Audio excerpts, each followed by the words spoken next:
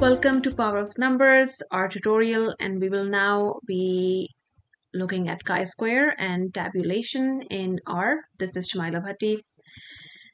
So looking at chi-square, we are going to assess and evaluate if the observed frequencies differ significantly from the expected frequency under the assumption of independence between groups, providing insights into potential relationships between two variables.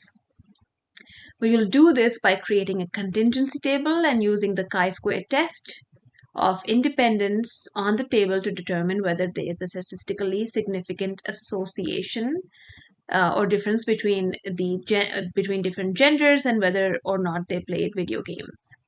So let us navigate over to R. In R, we use the function table to create a table between the genders, the categories of genders, and then the categories of those who played video games and those who do not play video games. So using the power of number, dataset, $, gender, column name, so comma, power of number, dataset, $, video game, yes or no, you will get a table which will look like this. There you go. Now we want to make sure that we name these rows and these columns. We want to name these rows male, female, transgender, and non-binary. So if we go up here and reload it, we will see that we have updated the names to the table. Now we want to give the column names.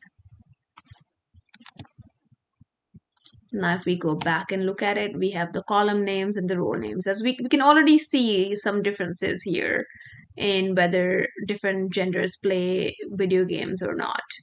Although we do want to see, we do want to acknowledge that our sample size for certain genders is not up to par.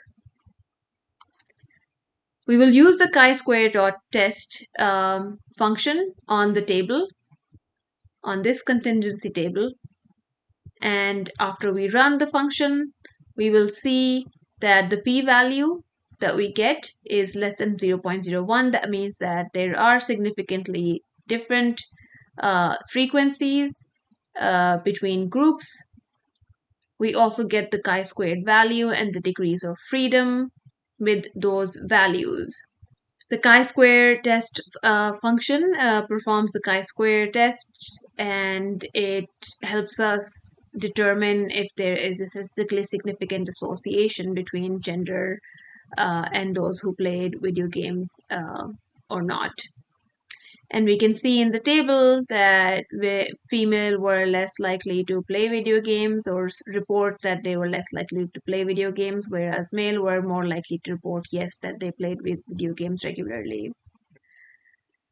I hope this was helpful for running a chi-square test on tables in R, and I hope to see you in the next tutorial. Thank you for watching.